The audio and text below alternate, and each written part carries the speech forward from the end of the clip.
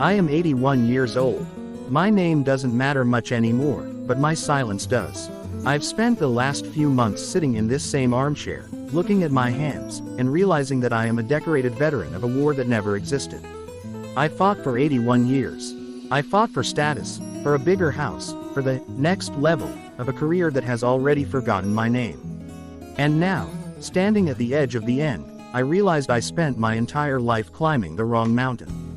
When I was 30, I thought time was an infinite resource.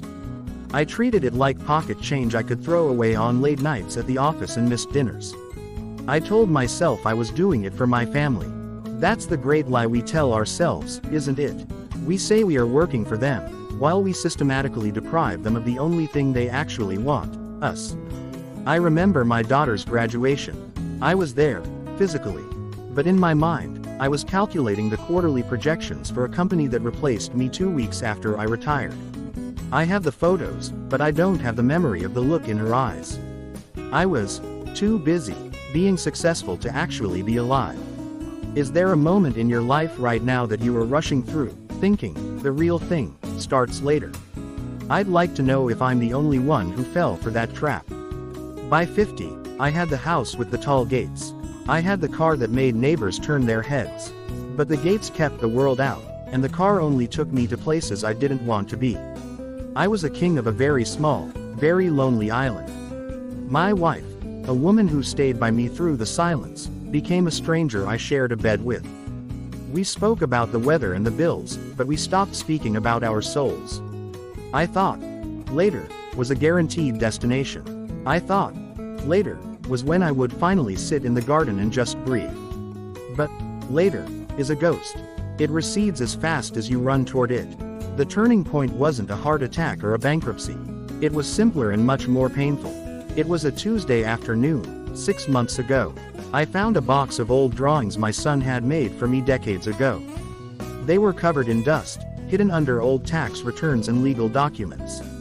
One drawing showed a man behind a desk, and a little boy standing outside a closed door.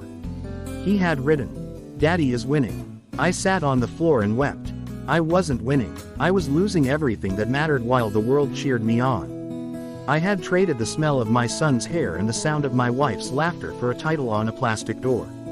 I'm 81 now, and the house is quiet. Too quiet. My wife is gone, and while my children are good to me, there is a wall of glass between us built from years of my absence. You cannot fix a 30-year silence with a phone call at Christmas. I'm telling you this because I see you. I see you checking your emails at your kid's soccer game. I see you skipping sleep to earn a bonus that will be gone in a year. I see you waiting for a better time to be happy. Stop. Just stop for a second. Look at the person next to you. Really look at them. Ask yourself, if this was the last conversation you ever had, would you be satisfied with the last thing you said?